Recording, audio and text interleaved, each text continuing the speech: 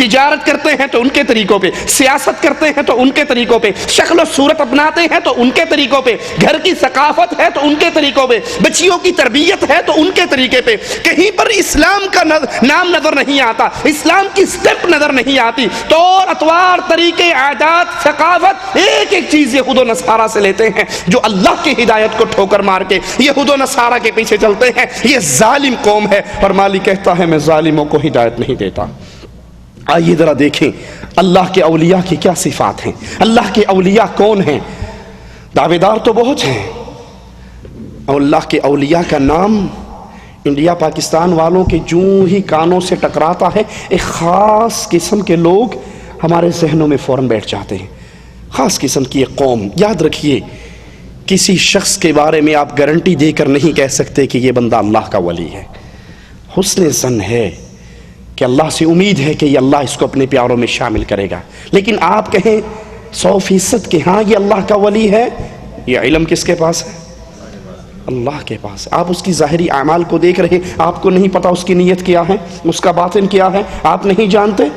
اسی لیے رسول اللہ صلی اللہ علیہ وسلم کے ایک ساتھی کو جب میدان جہاد کے خادم کو تیر لگا، وہ گر گیا، ساتھیوں نے کہا ہنی لہ الجنہ، اس کو جنت مبارک ہو، تو رسول اللہ صلی اللہ علیہ وسلم نے فرمایا تم اس کو جنت کی خوشخبری دے رہے ہو، اور اللہ مجھے دکھا رہا ہے اس نے خیبر کے مال غنیمت میں سے ایک چادر چوری کی تھی جو آگ کی بن کے اس کو لپیٹ چکی ہے۔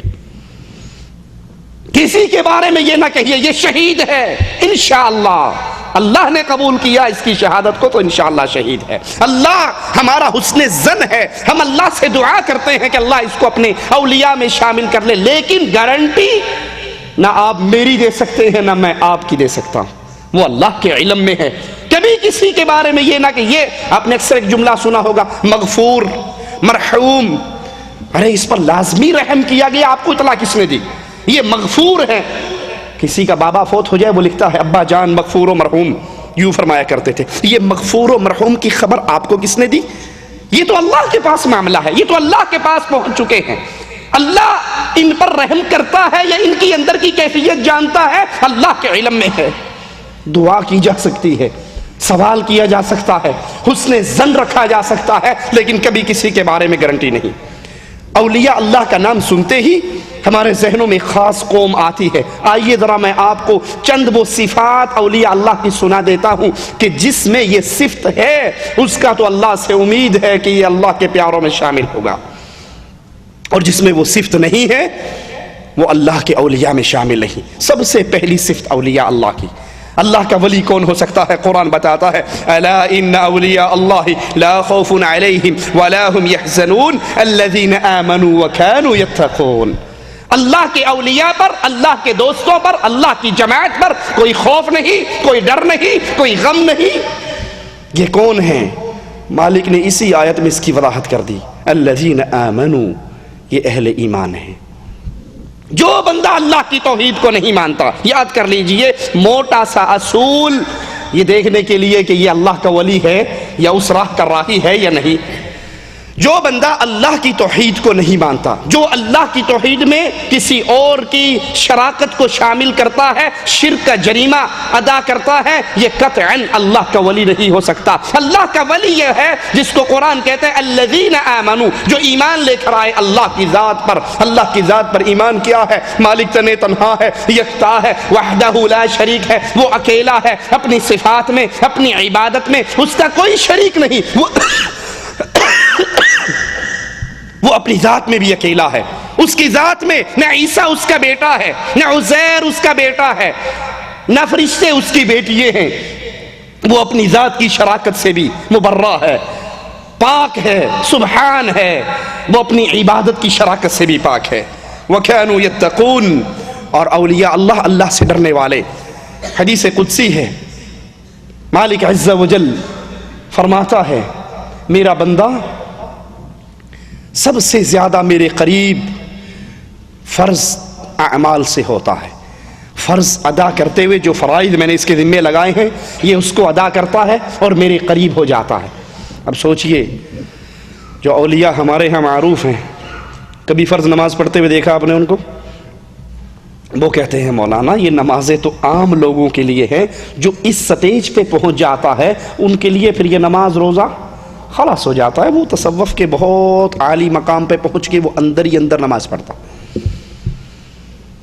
پیر اور مرید اکٹھے سفر کر رہے، نماز کا ٹائم آیا تو مرید نے کہا پیر جی نماز پڑھ لیں، کہتا تو پڑھ لا، میں اندروں اندروں پڑھ لینا، میرا دل ہی اللہ اللہ اللہ اللہ۔ آپ نے دیکھا وہ سر انڈیا پاکستان میں کچھ تنظیموں نے دل بنایا ہوا ہوتا ہے اور اس کے اندر اللہ لکھا ہوا ہوتا ہے، خاص طور پہ یہ گوہر شاہی کی جو جماعت چلی تو ان کا یہ انتخابی نشان تھا، دل اور اس کے اندر اللہ۔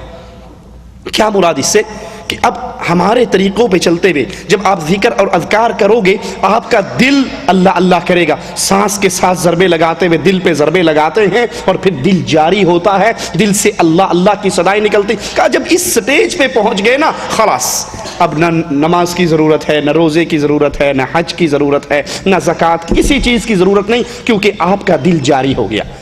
اور اللہ عز و جل کیا فرما رہا ہے؟ مالک کا فرمان کیا ہے؟ بندہ سب سے زیادہ اللہ کے جو قریب ہوتا ہے وہ کس چیز سے قریب ہوتا ہے؟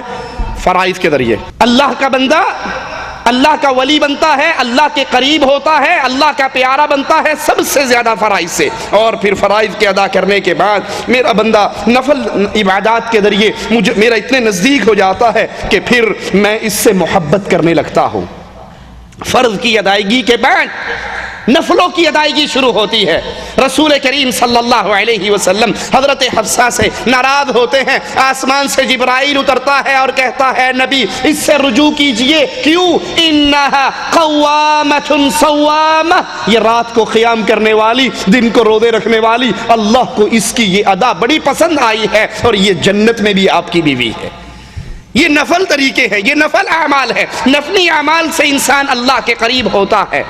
مالک کہتا ہے اتنا قریب ہو جاتا ہے پھر میں اس سے محبت کرنے لگتا ہوں اور میں اس کا کان بن جاتا ہوں جس سے یہ سنتا ہے، میں اس کی آنکھ بن جاتا ہوں جس سے یہ دیکھتا ہے، میں اس کا ہاتھ بن جاتا ہوں جس سے یہ پکڑتا ہے، میں اس کا پاؤں بن جاتا ہوں جس سے یہ چلتا ہے۔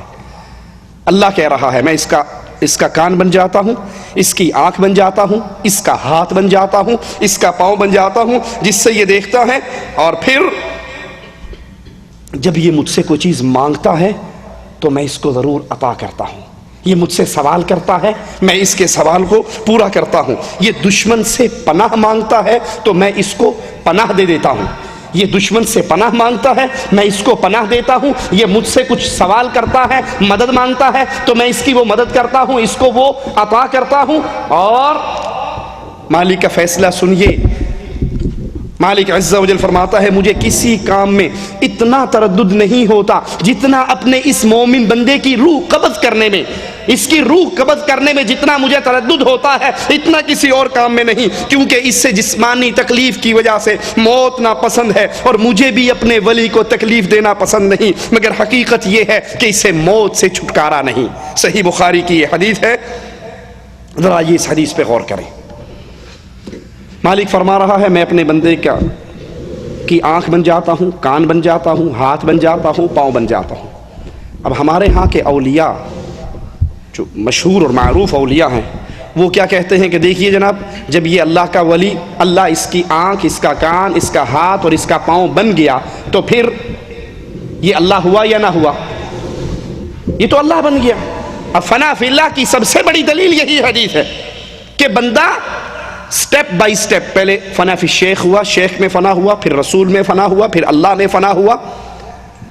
سوچئے اسی حدیث کے الفاظ پہ غور کیجئے تو فنا فی اللہ کا یہ کفریہ عقیدہ پاش پاش ہو جاتا ہے۔ کیسے؟ ایک لمحے کے لیے مان لی ہم نے ہمارے ہاں کے معروف اولیاء میں کہ جناب بندہ اللہ بن گیا، اس کا ہاتھ، اس کا پاؤں، اس کی آنکھ، اس کا کان، اللہ اس میں حلول کر گیا، وہ خود اللہ بن گیا۔ لیکن حدیث کہہ رہی ہے، مالک کہتا ہے جب یہ مجھ سے مدد مانگتا ہے تو میں اس کو مدد دیتا ہوں، یہ دشمنوں میں گھر جاتا ہے، اللہ کی پناہ کا سوال کرتا ہے تو اللہ اس کو بچاتا ہے، پناہ دیتا ہے۔ اگر یہ خود اللہ بن گیا تو اس کو مدد مانگنے کی ضرورت کیا ہے؟ اگر یہ خود اللہ بن گیا تو اس کو پناہ مانگنے کی ضرورت کیا ہے؟ تو خود اللہ ہے۔ پھر مالک کہتا ہے اس کو موت آتی ہے، یہ موت سے بھاگ نہیں سکتا، موت آتے ہوئے اس کو جسمانی تکلیف کی وجہ سے موت ناپسند ہے، مجھے بھی اسے تکلیف دینا ناپسند ہے، لیکن موت سے اس کو چھٹکارا نہیں. اگر یہ اللہ بن گیا تو موت کس کو آ رہی ہے؟ یہ عقیدہ کفر کا عقیدہ ہے کہ انسان میں اللہ حلول کر جاتا ہے، اللہ بندے میں آ جاتا ہے، بندہ اللہ میں پہنچ جاتا ہے، فنا فی اللہ ہو جاتا ہے یا حلول ہو جاتا ہے. یہ دونوں عقیدے کفر کے عقیدے ہیں، جن کی سب سے بڑی دلیل وہ حدیث کے اسی بخاری کی اسی حدیث کو لے کر توڑ موڑ کر اپنا موقع پیش کرتے ہیں. اور یہ حدیث پوری پڑھ لی جائے تو ان کے عقیدے کو پاش پاش کرتی ہے کہ اللہ فرماتا ہے میرا بندہ مجھ سے مدد مانگتا ہے، میں بندے کی مدد کرتا ہوں. وہ مجھ سے پناہ مانگتا ہے، میں اس کو پناہ دیتا ہوں. اس کو موت سے فرار نہیں ہے، میں اس کی موت تو میں نے قبض، اس کی روح تو قبض کرنی ہی ہے، اسے موت تو دینی ہی ہے. اگر یہ اللہ ہو جاتا ہے تو اللہ کو موت نہیں. یہ موت کس کو آ رہی ہے؟ اولیاء اللہ، اللہ کی توحید کو ماننے والے اور اس کے رنگ میں ڈوبے ہوئے. اب سوچئے جو اللہ کے ساتھ شریک کرے، اس کی ذات میں حلول کے عقیدے رکھے، وہ کیسے اللہ کے اولیاء ہو سکتے ہیں؟ چاول کا دیکھ کا ایک چاول آپ کو چیک کروا دوں کہ حلول کا عقیدہ رکھنے والے کتنے کفریہ عقائد کے اوپر اپنی زندگی گزار رہے ہیں. یہ ہمارے ہاتھ کے اندر دیوان محمدی، صفحہ اس کا 136. رائٹر ہیں اس کے سلطان الکاملین حجت العارفین عبد النبی المختار حضرت خواجہ محمد یار فریدی. کہتے ہیں سورۃ رحمان ہے تصویر میرے پیر کی. لا حول ولا قوت الا باللہ، انا للہ و انا الیہ راجعون. سورۃ رحمان ہے تصویر میرے پیر کی. اللہ کیا کہتا ہے؟ لیس کمثلہ شیء، اللہ کی کوئی مثال، اللہ کی کوئی مثال نہیں. وہ کہتا نہیں میرا پیر یہ اثر میں اللہ کی تصویر ہے. علم القرآن ہے تقریر میرے پیر کی. یہ قرآن جو تم پڑھ رہے ہو، جس کو تم اللہ کا قرآن کہتے ہو، اللہ کا کلام کہتے ہو، نہیں، یہ قرآن میرے پیر کا کلام ہے. کیا خدا کی شان ہے یا خود خدا ہے جلوہ گر، ملتی ہے اللہ سے تصویر میرے پیر کی. لا حول ولا قوت الا باللہ. رسول اللہ صلی اللہ علیہ وسلم سے معراج کی رات سوال ہوا کہ آپ نے اللہ کو دیکھا؟ کہا وہ تو نور ہے. اللہ تو نور ہے، میں اس کو کیسے دیکھتا؟ اللہ کو مومن دیکھیں گے جنت میں، دنیا کی آنکھ سے نہیں، جنت میں جا کر اپنی آنکھ سے دیکھیں گے. لیکن اس دنیا میں کوئی اللہ کا دیدار نہیں کر سکتا، جیتے جاگتے نہیں دیکھ سکتا. لیکن یہاں دعویٰ ہو رہا ہے کہ میرا پیر اور اللہ ایک چیز ہے. میرے پیر کی تصویر، میرے پیر کا کلام وہ اللہ کی تصویر ہے، وہ سورۃ رحمان ہے اور وہ پیر کا کلام ہے. اب انہی لوگوں کو ہمارے ہاں اولیاء اللہ کا القاب ملتے ہیں. اولیاء اللہ کیا؟ سلطان الکاملین، حجت العارفین. یہ عارفین پر حجت ہے، کاملین کے بادشاہ ہیں. ان کا نام بہت بڑے اولیاء کے ناموں میں شمار ہوتا ہے. اور یہ اللہ کی توحید کی بنیادی بات کہ قل هو اللہ احد، اللہ تنہا ہے، اکیلا ہے، یکتا ہے، اپنی ذات میں تنہا ہے. نہ عیسیٰ اس کا بیٹا ہے، نہ عزیر اس کا بیٹا ہے، نہ فرشتے اس کی بیٹیاں ہیں. اس بنیادی عقیدے کا انکاری ہے، اللہ کی توحید کے انکاری. اسی طرح یہ ہمارے ہاتھ میں فضائل صدقات، جس کا صفحہ 558 ہے. اسی عقیدے کو کہ انسان سٹیج پہ چلتے چلتے، عبادت کرتے کرتے ایسے مقام پہ پہنچ جاتا ہے کہ پھر وہ خود ہی اللہ بن جاتا ہے. مولانا ذکریہ صاحب تبلیغی جماعت کے امیر اپنی کتاب صفحہ 558 فضائل صدقات حصہ دوم پہ لکھتے ہیں، یا اللہ معاف فرمانا، حضرت کے ارشاد سے تحریر ہوا ہے، جھوٹا ہوں، کچھ نہیں ہوں، تیرا ہی ذل ہے، تیرا ہی وجود ہے، میں کیا ہوں، کچھ نہیں ہوں، اور جو میں ہوں وہ تو ہے. لا حول ولا قوت الا باللہ، انا للہ و انا الیہ راجعون. تعالی اللہ عما یقولون. اللہ ان کی اس کلام سے پاک ہے، سبحان ہے، بلند ہے. یہ اس اللہ پر تہمت لگا رہے ہیں، یہ اس اللہ کی طرف جھوٹ کی نسبت کر رہے ہیں اور اس کفر کے عقیدے کو امت میں پیش کر رہے ہیں کہ اے اللہ جو تو ہے وہ میں ہوں، اور میں اور تو خود شرک در شرک ہے. تو میرا شریک ہے اور میں تیرا، تو میرے میں سے نکلا ہے اور میں تجھ میں سے. اس عقیدے کو جو عقیدہ وحدت الوجود کہ ہر چیز ہی اللہ ہے، بندہ بھی اللہ ہے، اللہ بھی بندہ ہے، یہ کفر کا عقیدہ. ان کا نام اولیاء کی لسٹ میں بہت بلند نام ہے. لکھتے ہیں ان کو قطب العالم، یہ پورے عالم کے قطب ہیں.